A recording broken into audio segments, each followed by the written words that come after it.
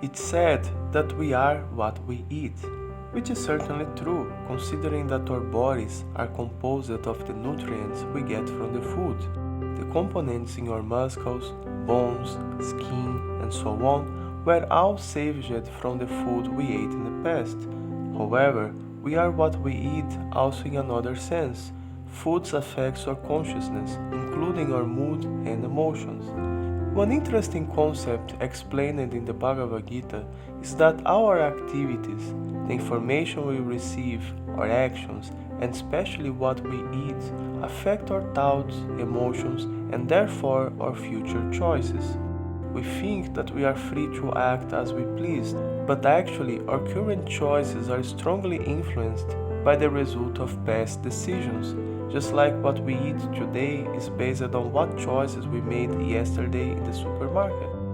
All these different factors are divided into three categories, represented by the three modes of nature: goodness, passion, and ignorance.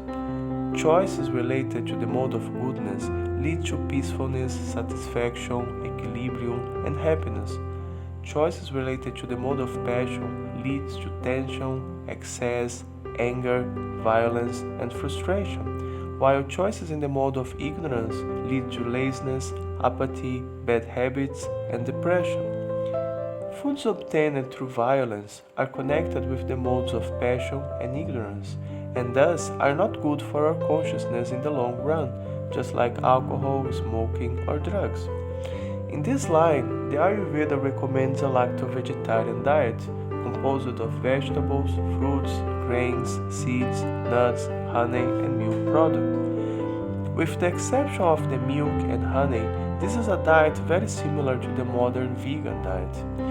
One could ask why the Ayurveda recommends milk products and honey instead of completely avoiding all animal products as the vegan diet does. The answer resides in how the foods are classified. In a vegan diet, foods are classified simply based on animal or vegetable origin, while in the Ayurveda, foods are classified based on the effect they have on our consciousness. Milk and honey are thus accepted because they favor the mode of goodness, although being of animal origin, while certain vegetables like garlic and onions are not recommended because they bring effects related to the modes of passion and ignorance.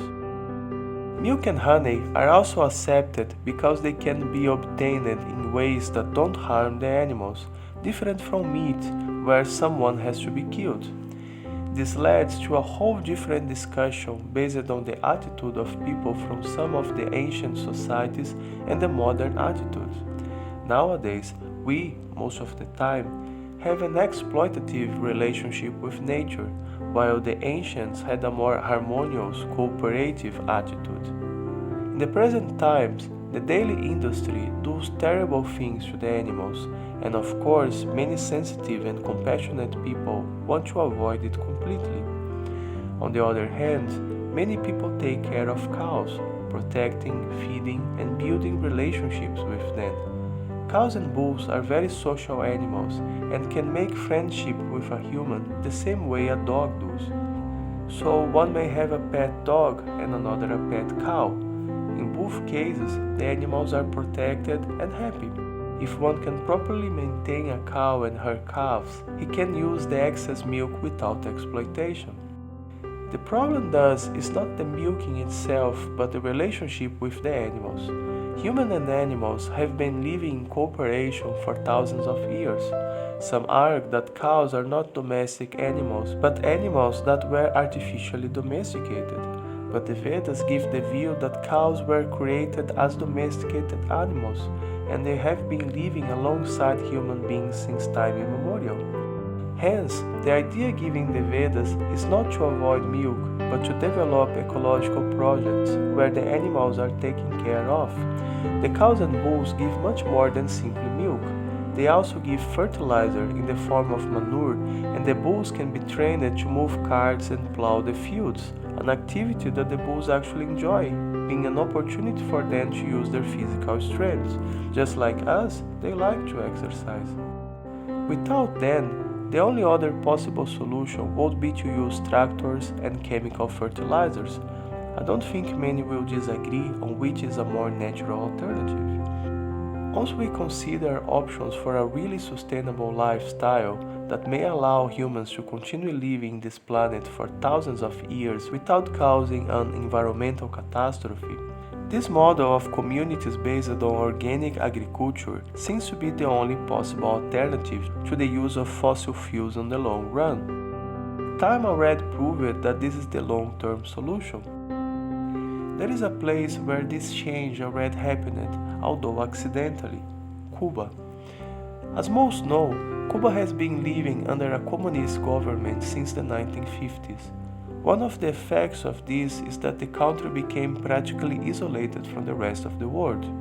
With the fall of the Soviet Union in the 1990s, they lost access to cheap oil, which led to a collapse in their economy and agriculture.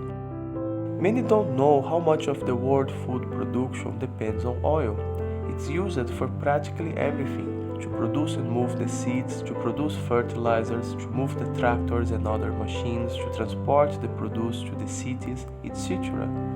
Without oil, the whole system stops and practically nothing can be produced. This was what happened in Cuba, leading to severe food shortages. The solution people there found was to completely rebuild their agricultural system around organic agriculture, using bulls and horses instead of tractors, and animal manure instead of chemical fertilizers.